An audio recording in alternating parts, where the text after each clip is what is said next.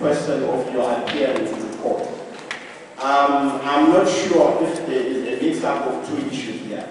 There is one where you are said to have revealed your sources in Parliament. I would want to find out if we mixed up issues with the one when the one of the presidents and the president's sweating.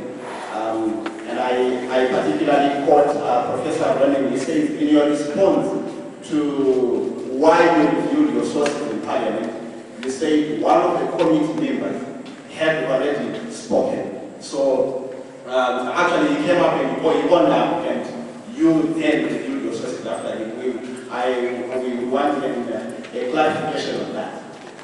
The second one is on the issue of freedom from ownership. Now, I'm looking at the media houses that we have, the private media houses that we have in Zimbabwe.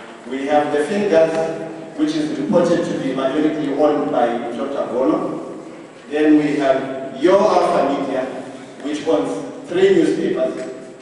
Then we have the Zimbabwean, which does not particularly publish from here, but it's pretty much Zimbabwean in every sense. Now, what I see in these newspapers, I'll put it to you, that since Dr. Bono took over at the Fingers, we have seen, or we have seen to see any criticism of the Reserve Bank of Zimbabwe, or the person of Dr. Bono himself or his operation. And then, with the Zimbabwe, Wolfman and his team, they have come out in the open and they said, we support the MDCT. And that is the position that they bring out in their newspaper. Now, in your step of Alpha Media, there have been accusations at one time, especially during the split of MDCT and MDCM, that Alpha Media was more for MDCM than MDCT, as much as you were criticizing the government, but they want that thin line where you criticize more of the MDCT than the MDCM. Maybe you could respond to that as well. And then the last one pertaining to the Newsday, and I don't mean to compare, but some comparisons are pretty much inevitable. We had the Daily News at one time, and now we have Newsday. Probably those are the 2 days that we can speak of as having made a significant impact on the Zimbabwe landscape. Now, the Daily News at one time had circulation of over 100,000 copies a day. And Newsday is coming when Daily News is closed down.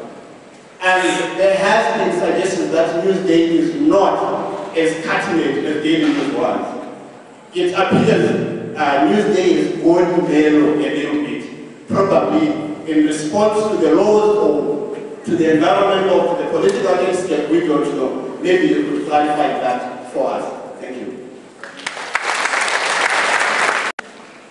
Influence of ownership on your media house.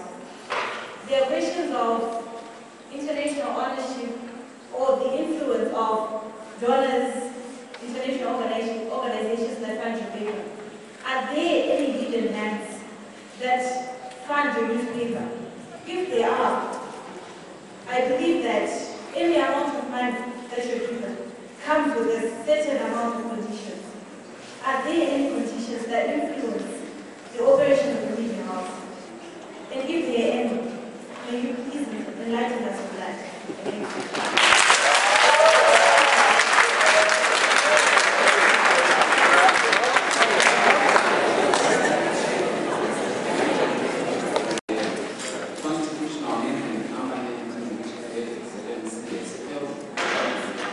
Yeah, and by following the signing of the so-called GPA. Now, following your revelations that you were listed by a delegation from MDCM and MDCT, my question is, are we not mere pawns, that is yourself and the public, are we not mere pawns in a bigger chess game, a bigger or economic chess game? That's my question.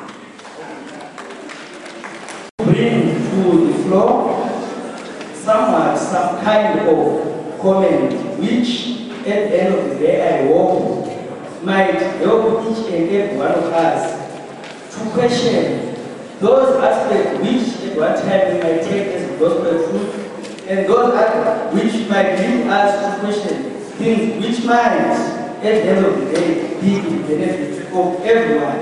And when I mean everyone, I mean the community caused by. The first thing I would want to bring to the floor is, there was some seemingly pertinent question on when the gentleman on the floor was saying there is need for journalists to register, like any other profession. Of course, we might take that route and it might lead us somewhere. But since we have a situation on the ground, I believe it would pay to first appreciate the complexity of the situation. And the situation being, let's talk of registrars or registrar. Ladies and gentlemen, don't you see that we have a problem? If we are saying registering is good, but what does that word register, or the complex which are supposed to register people, what does it mean? What are the implications behind the word register? Remember, the situation on the ground right now is what is so different from the actual words and the definition that we have. For example, with a very recent public lecture the other time, some of us were almost on the verge of tears when we left this hall. Why? Because there was a definition of the word patriotism, which was in contrast with the situation on the ground. So at the end of the day, registering might be good, but what does that entail? When it registers, when you register, what does that mean? What does that mean to the people who are waiting for the The other issue that I have is, we have our papers and how much they were some sort of pro-emphasis. But look at the major coalition in the news. Does it mean that if one small voice comes into the public arena and talks about those things which are not being given voice in the dominant coalition that is the public media, does that mean that the proprietor or that paper is somehow wrong, or it is trying to bring to you that voice which is being tried to be suppressed by the dominant coalition?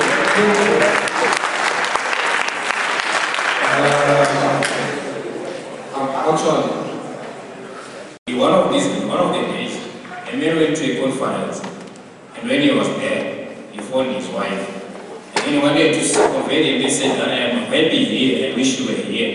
And then the messenger is saying, I'm happy with you, I wish you were here. It's just a later moment anyway. What I want to share with you is this. The media practitioners, I'm happy you are here, everybody.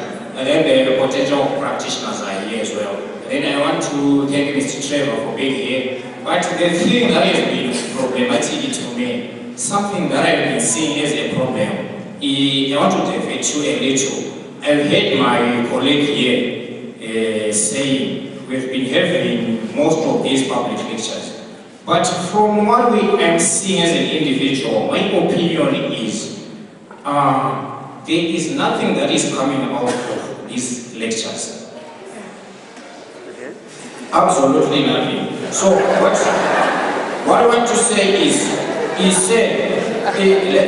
let me share with you my opinion. My opinion is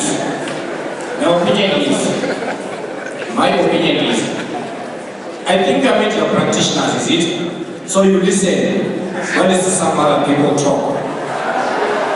Let me finish.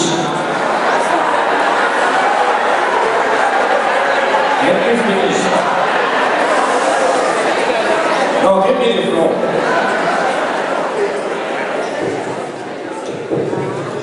I'm sorry, I have to intervene to conclude.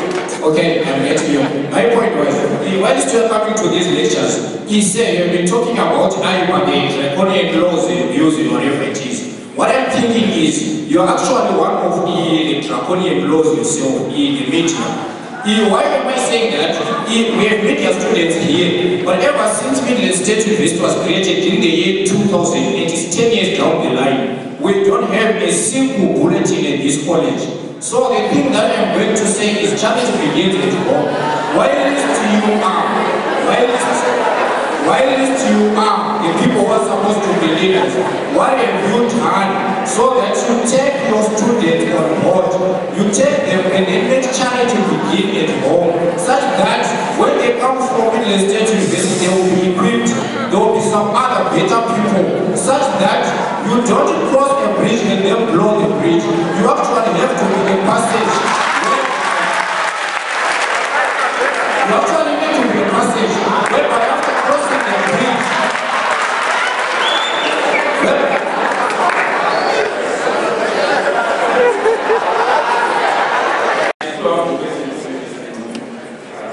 can lead their self-regulation ensure standing in the industry without media practitioners themselves regarding themselves as professionals who have ethics to be strictly observed. My second question.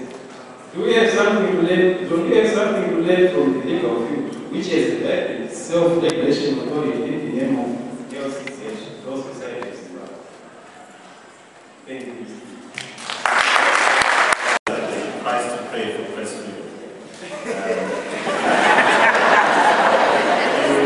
You have to be tolerant, and to my friends, like I say, I defend to the last the right to speak as much as possible. If only I had the time to listen to what you said.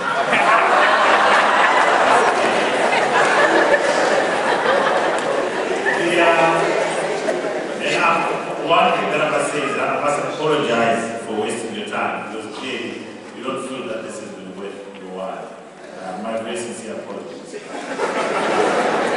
Whatever you feel useless information and stuff, but I can tell you this, I tried my best.